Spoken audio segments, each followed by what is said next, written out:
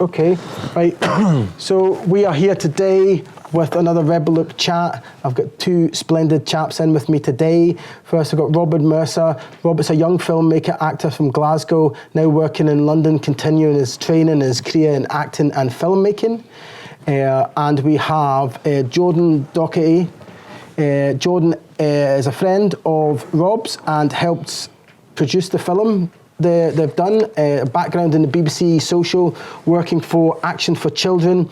Inch by Inch project was a healthy eating project he's been involved in as well. So we've got both of these really, really interesting, really excited about this chat today and talking to the boys here today, you know. So first off, guys, Rob, Jordan, thanks for coming in. Thanks for being part of the podcast. Cheers, bro. We'll try and make it as painless as possible, but it should be good laugh, good fun as well. So I think we'll just get right into it. I worked on the film with you. Yeah. Tell us a bit about the film. I was a assistant camera on it, but tell us about the film. Really interesting film. This is why we got on the podcast to talk, meet you. Really interesting guys, really interesting background from Glasgow.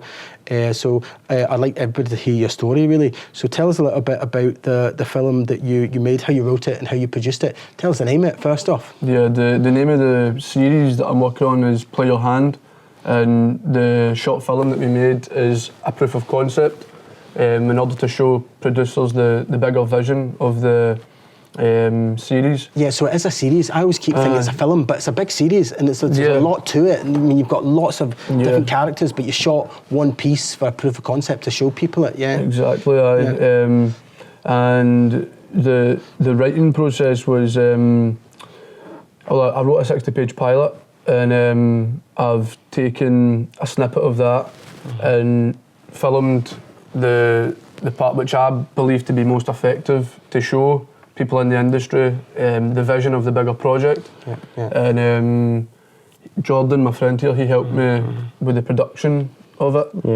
And just to let people know as well, Robert actually got all this team in from everywhere around Scotland to come and do this, which was amazing, you know, just by networking and speaking to people, going to film festivals, met all these people everybody who was really excited with the idea, and everybody that's been involved with it thinks it's amazing, and it's going to be amazing, you know, once we can really get it taken off and up there. John, what impressed me the most was meeting Rob and his energy. And I mean, I've made a couple of short films as well, and I know how much energy it takes and effort it takes to actually get it from an idea into actual production. So it's no mean feat. So, and you don't have, this is the first thing you've made. You've not made anything before, so this is your first adventure into that. So tell us about, tell us a bit about the production, any hurdles, how you felt about making it and how it came about. It's been a massive learning curve, to be honest with you. It's been a really enjoyable process. I saved up the money from working in a cocktail bar in London and like self-funded it on as low budget as possible. And I also put some money into it as well. Don't forget that. He put some money in it. He put fucking some money in it. It costs money to make. You have to pay. You have to get people seriously involved in it. You need to get it. So it's hard work in it, and that's fair play to you. So it's a big commitment. So we funded it together, just us two, and we had to do the whole. Obviously, we had so much help with the team and that, but like. It was crazy because like me and one of the other girls who were helping me, we were like bringing actors in and auditioning them, and I'd never done this before, so we did it as well. Me and him actually we auditioned something. That was a really good laugh. A cool story about one of the actors, Michael Moretti. We actually drove to Cumbernauld to meet him, and you know, fair play to him, right? He just get out and they just met us, and I just said, look, just be calm, let's do this. And we were on a kind of bridge, and we started acting out on this bridge in Cumbernauld over the motorway, what we were wanting to do, and he was a bit nervous to start with. There's a bridge scene in the film. In the short film, it's a bridge scene. And I remember it's a kind of a confrontation scene, isn't it? Really? A wee bit, and the young boy just got right in about it, and I was like, I like this guy, and it was just crazy. It was like, you know, we've not lit big film industries. We're just going and meeting people and doing it actually in the street. Yeah, doing it in the street, and you know, it's worked really out practical, amazing. really practical, eh? Yeah, It's amazing. well, hopefully one day we won't need all that, and we can get this going as big as possible. I think you should still do it that way. Still do it. It's authentic. You know, just young Scottish boys that are trying their best. I think people get people best. in, sit at a table, you can do a reading and a piece to camera and all of that kind of stuff. Definitely. But doing it in the street like that on a bridge and the set, the location, at least they had some. Yeah, we just cracked on with it. Had some motivation for the scene, eh? It was really good. I liked him. I liked his confidence for doing that as well, because he's just meeting two strangers and then we'll just put it on. How long did it take from writing it then, Rob? Get the concept idea from writing it to actually shooting then? We got right into it, man. Like it was quick, man. Like I literally didn't know. I was so I'm still learning the landscape of the film industry. And it was only in February of this year that I decided I was actually going to make the proof of concept. And I didn't even know what a proof of concept was. And then a boy I was talking to who's been in about the industry for quite a long time, he suggested that would be the next step to take. And I just it was February and the Glasgow Film Festival was happening in March. And I was like, right, I went home that day after meeting him and I just started writing. I knew where I was going to film from. I picked up the parts of the pilot that I could have used as the proof of concept, and I went with the one that was going to take the least amount of actors and stuff, the least amount of crew, cast. I wrote that, and then Glasgow Film Festival was just coming up in March. So I went out to the film festival and just started being a network junkie basically, man, and just networking the shit out of the place, man. And sneaking into events left, right and centre. You told that, sneaking into events then, so you just committed, I mean, you just wanted to get involved, eh? So we sneaked in one last year as well, Edinburgh. That was the Edinburgh Film Festival. That was the first one I went to actually. And I think that shows your commitment, doesn't it? Well, I don't know, it was a good laugh anyway, but we literally, I'm like, right, I've got all the writing now, I've got all this material, and the next best step to take, this is last year by the way, before I even had thought of the proof of concept, actually before I'd even written the pilot. And I just had all these scenes that I had written from my own life as movie scenes, as scenes for a film, and all that material had developed over the past 6 months. And we came to the Edinburgh Film Festival in August. I was working in the cocktail bar in London. I said I'm going to take 10 days off and go up to this film festival and start to understand the landscape of the industry. And I rocked up, man, with my wee brown bag, thinking I'm just going to go up and buy a ticket. And I see the red carpet and the security and all that, and I'm like, oh, there's no chance I'm getting in here. But anyway, I went there and the woman, she was like, no, you can't get in, you can't come in. This is it's for launch event of the night. Launch event. It was the opening night of the film festival. Exactly. It was actors and family and producers, anybody involved in the screening. And I was I started walking away, and I took about 10 steps, and I was like, no, I've came here for London. I've took this time off work. I'm getting in there. So I turned back, and I just went right up to the security guard that was there. And I started talking to him, and I was just honest with the guy. I just said, look mate, I'm just going to be honest with you. I'm a young filmmaker. I'm wanting to produce a series that's based in Glasgow. It's about the boys for gang cultures and stuff. And I need to get into that event because I need to network, man. I need to understand what this industry's all about. And the guy, he was a Glaswegian guy himself. And he's like, just say you're with the media, pal, on you go. So I walked in saying I was with the media. He got me in, and then I went and I sat down in the corner because everybody's getting to this big fancy screening and I have no ticket obviously, so everybody's going to see the film and they're checking the tickets and that, and I'm like, no, I'm not going to go push it too much. I don't care about the film. I don't care about the film. I'm here to talk to people, network, and try and find out how to make your movie. Exactly. So I was like, I seen a seat just in the corner of the room behind a tree, and I kind of just sat down in this seat, kind of behind the tree, kind of blending in. And I'm sitting there, man, and the security guy, he's coming by and he's pure laughing. He's like you, trying to blend in as a tree earlier and all that. And then I'm sitting listening to see the staff of the Everyman Cinema in Edinburgh. They're talking about how after the event, everybody's going to be coming out, and I'm hearing them, they're going, there's £10,000 on the bar, the tab downstairs and £10,000 upstairs. I'm like, sitting like that, what's happening after this? And then I waited for an hour and a half, man, like 90 minutes I sat there. And then everybody came out and I just got to work, man. Boom, they're coming in with champagne and that, and I'm like, gives a champagne, gives a red wine. So it's the networking part then? It's the networking part. Yeah. And that's what you really were thirsty for, this information, what you were getting access to, innit? So exactly, man. It was, I didn't really know how to access it, to be honest with you. And what did you get out of that night, and who did you meet? I got so much out of it, man. I met a lot of interesting people, and I was getting any good advice and so much good advice. Signposting and all that. The guy that wrote the film that was on the opening night, he came up to me at the end of the night, and he was wearing a hat, and he goes, took his hat off, and he goes, I take my hat off to you. He goes, I've never seen anybody network like that in my life. And I was like, because I was literally just about that room talking to everybody, trying to soak up as much information as possible. Because you really need it. You really need it, exactly. And that's brave, Rob, man. It's brave. It's good. So that was a real learning process, and then through that, man, some women, some nice, gorgeous women. There was a producer. She invited me to the next big event, which was in a big, massive ballroom in Edinburgh. So that's good signposting. Someone signposting you because they see you. Exactly. Where to go. Exactly. It helped you, that really. was very helpful, man. That was Nadira Murray, by the way. She's been great. Helped me a lot on my journey into film and stuff. Amazing.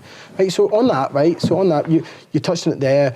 The film is about gang culture, street culture. Do you want to touch on a wee bit of that? Tell us a little bit about that. That's kind of what it's about as well, but also it's about, we're trying to get out there. In Scotland, I don't think there's really been many series or stuff about Scotland and our young people and how we grew up, and what we want to do is we want to show people about our lives and Robert's lives, like some of the carnage that took place, but also so much of the good stuff that came out of that as well, and how I feel that, we're full of young warriors in Scotland, and we need to show our potential and get out of the situations we're in and be the best version of ourselves as we can. And this is what this is going to show, that look at the stuff that we were involved in and done, and look at the stuff we're doing now, and all you need to do is just keep trying and never give up, and you'll eventually get there. We're sitting on a podcast now, you'd have never thought that 10 years ago. And I want to just add something to that. We're not just looking for this to appeal to a Scottish, we're looking international here with this series. Like, we're thinking big, we're thinking international. Definitely. I mean, I was impressed with these. I'm always impressed with people who can make short films, and young people in Scotland who can make short films or produce stuff when there's little resources and stuff. But I was really impressed with you guys and how open you are about your backgrounds and stuff like that, and the film. So on that, tell us a little about the background, how it affects the film, and how you's met. Tell us that story and how that goes into making you interested in film. So we met. We were going to college in Greenock. Plumbing course in Greenock. So Robert and his brother Andy were there. Madman. And we just clicked, that way when you're young and you just click with people. And we liked, and only a couple of weeks into it, we arranged to meet at the weekend to go to the gym or whatever, and unfortunately I didn't show up. I could tell, we were on the train back, and we were arranging to go and do some boxing at the gym. He was getting off in Paisley, I was getting off at Cardonald, and we were going back to Paisley to meet. But I could tell there was something stressing him out, because he's on the phone, and I was asking him, "Are you alright, mate? Are you alright, mate?" And then you can... So I ended up getting arrested from an incident that happened at the weekend. That's what this kind of life gives you when you're out drinking and in house parties, and an incident happened, and I ended up getting put in Pullman young offenders. But I remember sitting in my cell upset. I was like, I was meant to meet Robert. He's like, he's never going to know what happened to me because we only met a few weeks. So a couple of weeks went by, and the next thing, my cell latch goes up, and it's one of the prison officers went like, "Here, this is for you," and flung a bit of paper under, and I was like, "What?" And it was like, "Contact Robert Mercer," and it was him. Hand delivered it like to the jail. I was in my cell jumping about, nice. going, you know, it shows you when stuff like this happens, you know, who your real friends are. Yeah. You think you've got a lot of friends growing up in this kind of world, but you don't. It's more acquaintances. Aye. When shit hits the fan, they won't be there, and you know who your real friends are. And after meeting somebody for 3 weeks, he went out his way to get in touch with me, and I was so happy, and I was bubbling. I was going, yes, and I phoned him, and he'd come up to see me, and that's how our friendship and story started. And I know it started from a bad thing from happening. Me ended up in prison, but it brought us really close, and I really loved him straight away for doing that and showing commitment and loyalty. So how has that grown then into you both making this film together, and how have you supported each other, and how has the narrative and the stories in the film reflected your real lives? Yeah. Well, the pilot is the pilot is written from that point, and the main character's friend vanishes, and the pilot is really about the journey that the main character goes on to find his friend. Yeah. And he goes around different gang territories in Glasgow in search of his friend who's went missing. And that, you. Me. Exactly, you. And that, the worrying wanderer, he used to call me. The worrying wanderer, that's what I used to have him saved as on my phone. And we look at that journey, and that gives us a chance to actually see what the different gang territories in Glasgow look like. So we get a chance to world build and identify with Glasgow and what it's like as a culture. Yeah.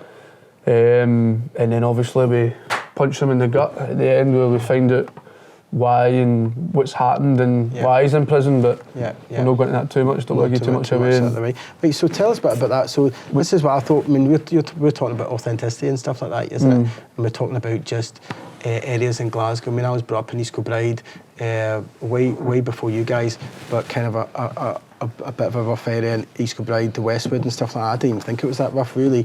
All you done was play football, drank and hung out with your mates and stuff like that. So tell us a bit about how your experiences in the areas you were brought up affected you into and making your film. Well, it's interesting actually, because when I did start the writing process, I started as I said, I was writing for scenes for a film. Yeah. And I started as far back in my childhood as what I could remember. Yeah. Yeah. And the first scene I wrote was actually, I must have been about 5 or 6 years old, and I'll never forget it. And it was Christmas Eve, and when you're a kid, you're so excited to get your presents. So I was really, really excited. I couldn't sleep, man, for the excitement. Opening my Lord of the Rings toys or something. Santa's coming. Aye. And I just heard the front door of my house burst open, and a whole carnage happening downstairs. Yeah. And I was scared because I knew it was bad. And I ran downstairs. I was a wee boy. I was only, 5 or 6 or something. Yeah. And I ran downstairs. And when I got to the bottom of the stairs, there was this older boy who was probably about 17 or 18. He was an older gang boy. I know who he is. I used to actually date his younger sister. And he was lying on my hall floor with a big massive chop, and he said he'd been hit with a machete. Yeah. And my mum ran out the living room screaming. She was wrapping the presents or something like that. And I had a wee white vest on, and I'll never forget it, man. My mum just, first reaction was instinctual. She just pulled my white vest off and started wrapping it around his head. Yeah. And I just remember the vest going from white to red in a fucking instant. Yeah. Yeah. And that was really scary, man. But what you're saying about the background is where we grew up, our house was right on the main road which split 2 gang territories. Yeah. And obviously in 2004 and 2005, Glasgow was the murder capital of Europe, statistically, the World Health Organisation, and the whole violence reduction unit that came into place and had to be done through Parliament and that. Yeah. It was really bad, the gang culture. And we, like I say, we grew up on the road that split two gang territories, and it was literally like a battleground, like no joke. Like, we would be standing, me and my brothers would be standing playing a game of Kirby. You know, you have to hit the Kirby the ball, and bounces back, you catch it before it hits the ground.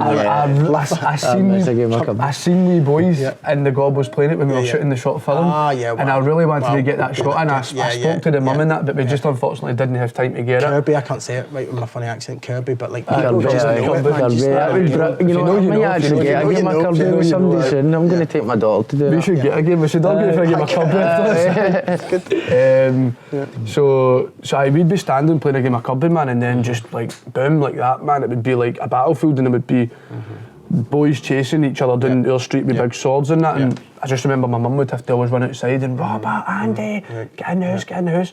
And but me and Andy, my brother, we fucking loved it, man. We loved it.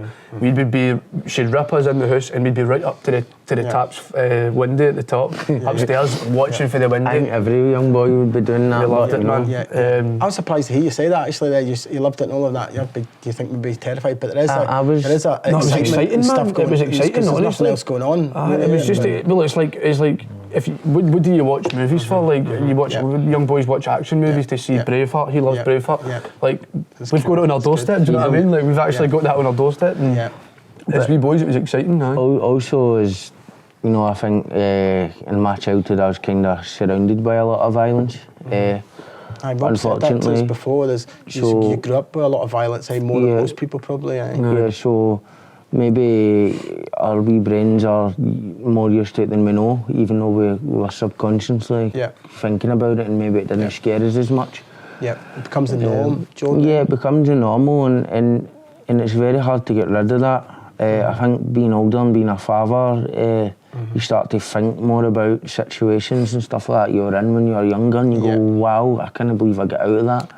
And how do you not pass it on? It's like stop the and you know, I think that physical training. We were the kind of last generation, the proper gangs, but I think in Scotland it's going to slowly creep back, and you know, hopefully no, but hopefully this series but to be honest, if we can really try and get this out there and really try and do this, and I know there's a lot of work into it, and anybody that can help us to lift this up even more, to get this going, so you know. Came out of this. We'll be doing it regardless. We'll be doing it regardless. But this is what I like about you guys. You just get it done. Do you know what I mean? It's amazing. I even worked on the film set with you, Rob, and all that, and was really impressed about how professional you are, how much effort and effort you put into the script, and how much reality is, and how much of a clear vision you have for not a traditional background. So tell us a wee bit about your background in acting. You moved to London.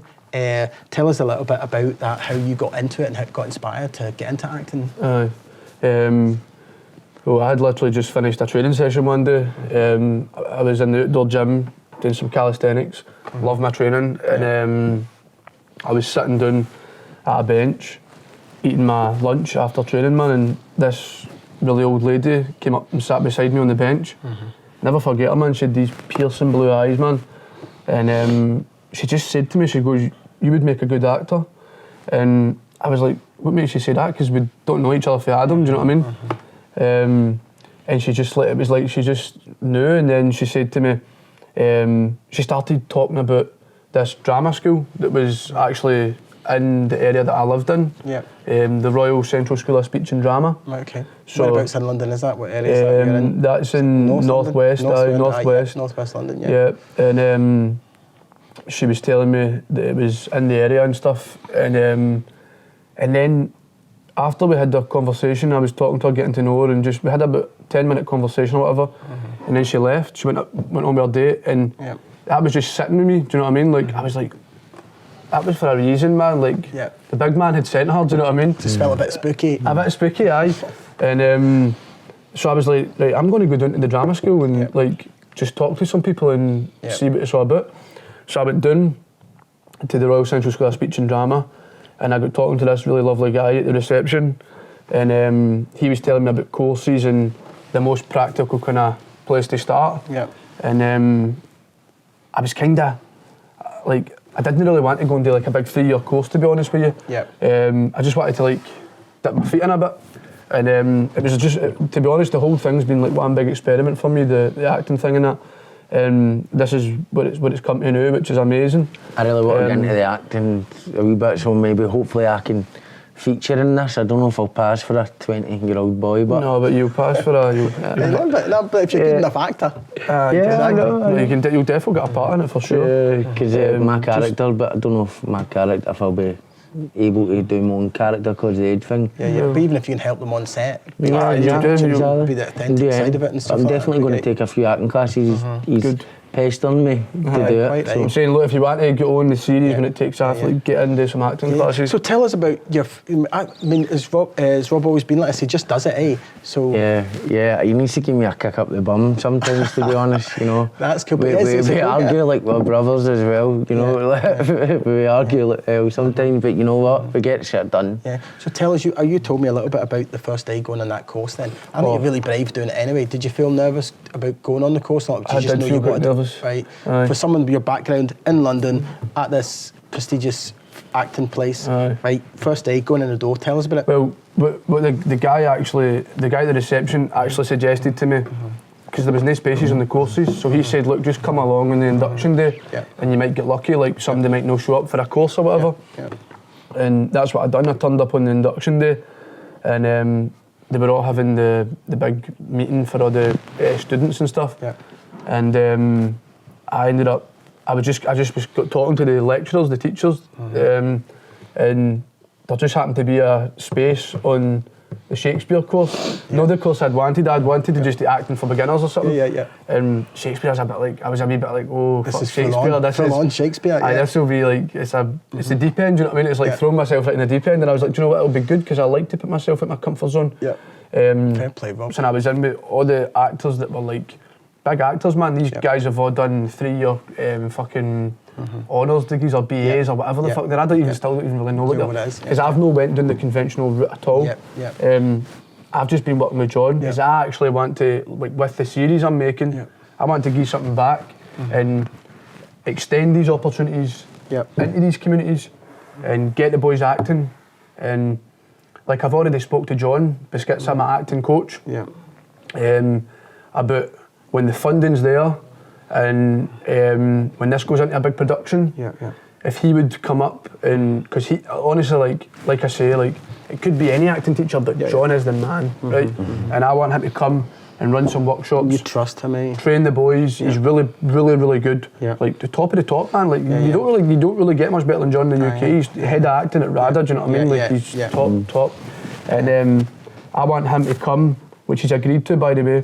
When the funding's there, obviously he's getting a bit of dough for it. That's good knowing you're going to get someone like that. Exactly, he's going to come and train the boys. So you need to get funding first. So that's cool. So you want to use people from areas and help actors and give them access to your film and stuff like that. So this reminds me a bit like Ken Loach and the films that he does. He's used a lot of real people from normal backgrounds and put them into acting. Stephen Graham and that as well. They do this kind of stuff. Matriarch Productions. 16 films with Ken Loach, Matriarch Productions. They do stuff like that. So that's good. So you've got a whole. What really impressed me about you've got a whole ethos about the whole, the film, where you want to take it and why you want to do it, and a lot of it is to do with helping people in your area and maybe dealing with your own experiences. And is this quite cathartic in a way? I don't like to use words like cathartic. Does this help you emotionally deal with stuff that you have been through? Aye, man, I've found the writing process. Express ourselves through. Express yourself, eh? Also, can I say is that the stuff that we went through and other young people around the world, it never leaves you. You always need to constantly work on yourself to get through the days and do this. And we want to try and put that voice out there as well, so people can realise, some days are tough, man, and you just need to work through that. Just because we're sitting here making a series doesn't mean that sometimes our head might not wander, because it does. But the thing is you can get through anything if you put your mind to it. And just keep trying and keep trying and keep trying, get up, brush your teeth, Yeah. Make your brush your bed. teeth. by the Jordan way. Peterson. Make your bed. Get That's brushed first teeth. task done of the day. Right, good, I 12 like rules that. for life. You know, yeah. that's a wee. So, True, but It's good, and you've got each other as well. We've So got you each see, other, right. I find that like friends are really important to me, being able to speak to people. Friends are some of the most important people in their lives, I think. Yeah. even The more good so ones, the family. good ones. Yeah. Well, you I keep learn myself this. small. You learn this over the years, innit? Who's good for you and who's not. You were saying who Definitely. your real friends are.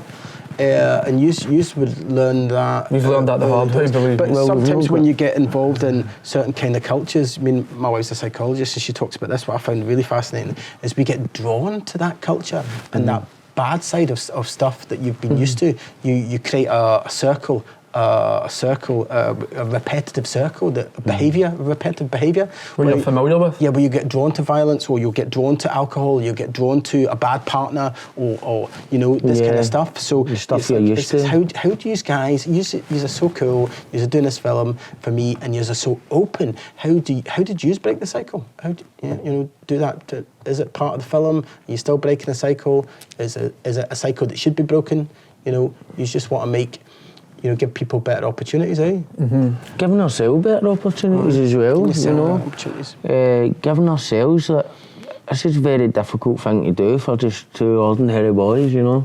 I'm very driven for my family as well. Yeah. Very driven. man. Exactly. Yeah, I want to change my family's financial status as well. Like it's about creating opportunities for ourselves, creating opportunities for boys who come from similar backgrounds. But I'd be And lying to girls. say it wasn't about actually changing the cycle of like poverty and that as well, because that's something that we've had to struggle with, like growing up and stuff. I'd love like to that. give my daughter everything. My wee girl's the most That's it. beautiful girl on the planet. Nice holidays, She's good amazing. food.